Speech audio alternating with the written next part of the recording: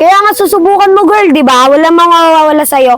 Tsaka di ka man talo kay Totoy, pogi. Kung ako ibigin yan, paldo-paldo na ako. Salamat sa'yo, Joseph ah.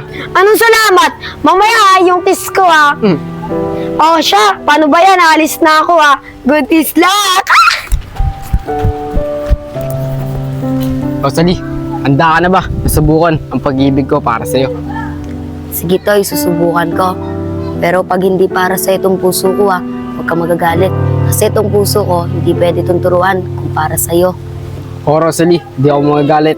Mag-aantay ako. Kailan ako matutunan ng puso mo na mahalin ako. Kaya Rosalie, maraming salamat sa'yo. Dahil sinubukan mo yung pagmamahal ko sa'yo.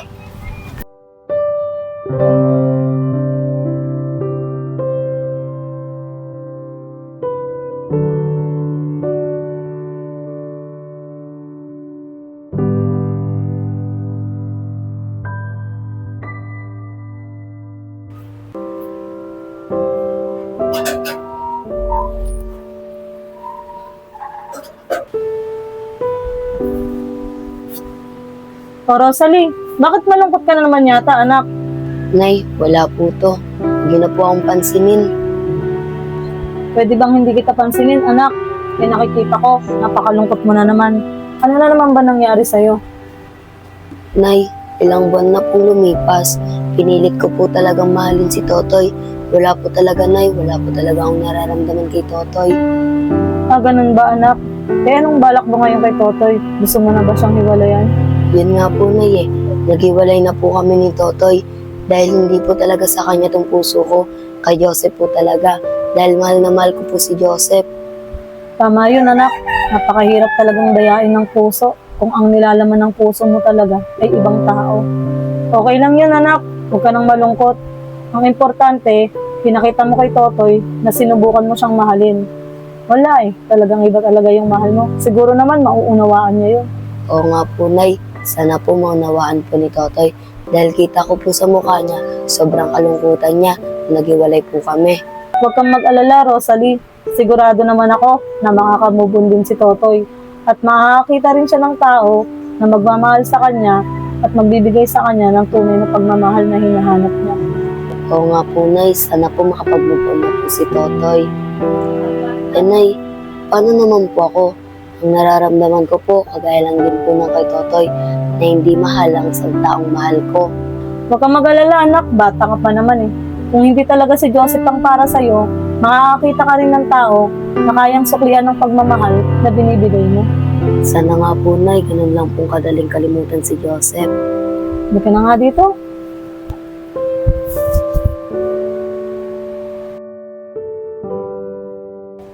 Rosalie, anong ginawa mo?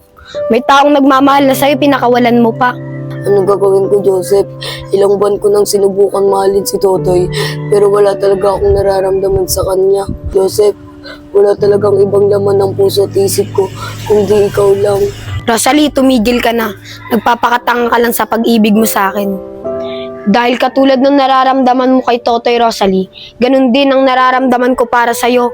Dahil hindi kita mahal. Kaya itigil mo na ang kaibangan mo sa akin, Rosalie. Pero Joseph, subukan kaya natin kagaya ng sinubukan ko kay Totoy. Pero kung wala kang naramdaman, sige, itigil na natin to.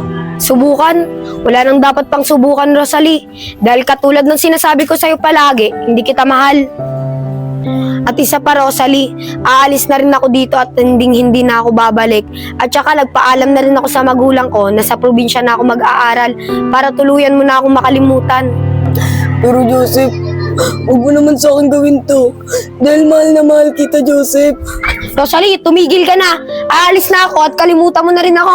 Joseph, huwag mo akong iwan, Joseph. Mahal kita. Joseph.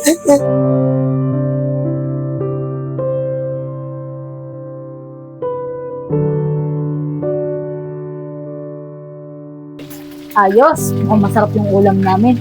Magugustuhan ng anak ko to. O mahal, mukhang masarap yung ulam natin Oo, pritong manok. Alam mo naman, paborito ko rin yan. Oo. Joseph, maraming salamat sa iyo dahil binilikan mo ako at sinubukan mo akong mahalin. Ito tayo ngayon, masaya, buong pamilya. Maraming salamat sa iyo, Rosalie at hindi ka sumuko. at naniniwala ka na mamahalin kita. Alam mo, Rosalie, akala ko ang hirap mamahalin. Ayun pala, madali ka lang pala mahalin. Salamat sa iyo, Joseph dahil simula nang minahal kita, kahit makulit ako, ayaw mo sa akin, minahal mo pa rin ako. Oo, tama ka. Makulit ka. Kahit na sinasabi ko na bakla ako, pinipilit mo pa rin akong gustuhin. Wala, Joseph ikaw talaga yung nasa puso ko ikaw pa rin ang hinahanap ko. Ang sweet mo naman, Rosalie. Kaya mahal na mahal kita eh. Mama, may ulam na. Nagugutom na ako eh. Ay nako, dumating na yung anak ko, si Dagulita. Dagul, luto na yung ulam natin. Ang dami mong pagmamanahan ng tatay mo pa. O bakit, Rosalie? Eh, ano naman masama doon sa pinagmanahan ng anak ko? Eh, pares naman kami maganda. Di ba, anak? Yes, Papa. Ay nako, Dagulita, nakakatawa talaga kayo mag-ama. So sige na, kakain na tayo, maupo ka na doon. Ikaw, Joseph, mag-ahayin ka na ng plato natin, iayos ko na to. Yes, darling. Okay.